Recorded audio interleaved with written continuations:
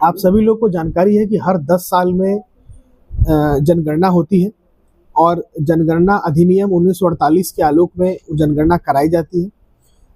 कतिपय कारणों से आप लोग जान रहे हैं कि कोविड था, इस वजह से 10 साल पूरने पर 2021 में जनगणना नहीं हो पाई थी।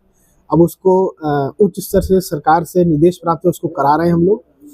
इसको 2 चरणों में कराया जाएगा। पहला जो चरण है वो हाउस लिस्टिंग का चरण है, जिसमें मकानों का सूचीकरण किया जाएगा, जो कि मई से स्टार्ट होगा, 2 मई से, और पूरे मई चलेगा। इसमें जिला प्रशासन के स्तर से सभी जो आवश्यक तैयारियां हैं वो करा ली गई हैं। हम लोगों की भी ट्रेनिंग पटना में हुई है। हम लोगों ने जो हमारे जो चार्ज ऑफिसर हैं, जो प्रगणक हैं, पर्यवेक्षक हैं, सबकी ट्रेनिंग भी हम लोगों ने करा ली है। ब्लॉक लेवल पे बीडीओ चार्ज अफसर रहेंगे। नगर निकायों में जो आपके कार्यपालक पदाधिकारी हैं वो चार्ज अफसर रहेंगे।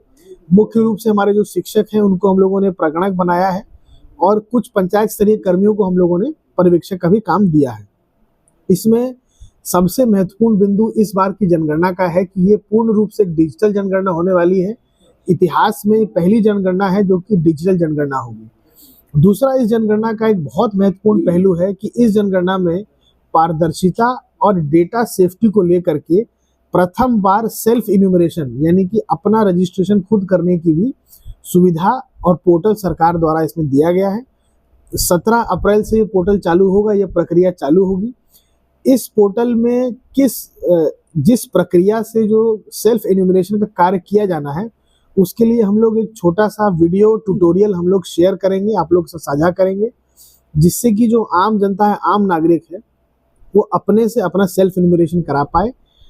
ये वॉलंटरी काम है, इसमें कोई ज़बरदस्ती नहीं है कि आपको करना ही है, लेकिन अगर इसमें नागरिक करेंगे तो हम लोग को भी सुविधा होगी, उन लोग को भी सुविधा होगी, उनका डेटा आ जाएगा।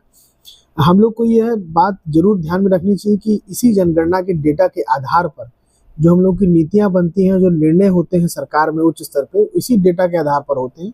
इसलिए अति महत्वपूर्ण कार्य है और मेरी सभी लोगों से अपील है, आम नागरिकों से अपील है, इसका हम लोग प्रॉपर प्रचार प्रसार भी करवाएंगे कि सेल्फ इन्यूमरेशन का कार्य अवश्य करें।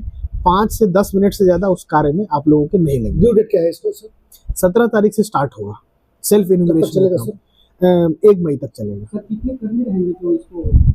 कुल हमारे जो प्रिंसिपल सेंसस ऑफिसर के रूप में जिला पदाधिकारी इसमें प्राधिकृत है।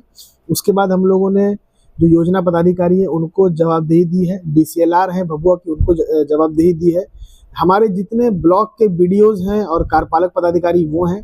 कुल 3,537 हमारे जो प्रगणक हैं उनकी नियुक्ति की गई है। 1200-1300 हम लोगों के पर्यवेक्षकों की भी नियुक्ति की गई है, उन लोगों को रखा गया है। इसके इतर भी और कर्मियों को भी हम लोग रखेंगे और इस प्रोसेस को, जो बहुत महत्वपूर्ण प्रोसेस है, इसको हम लोग जिले में सफलतापूर्वक आप लोगों के सहयोग से करवाएंगे। शिक्षक के आने से बच्चों का पढ़ाई बाधित होगा?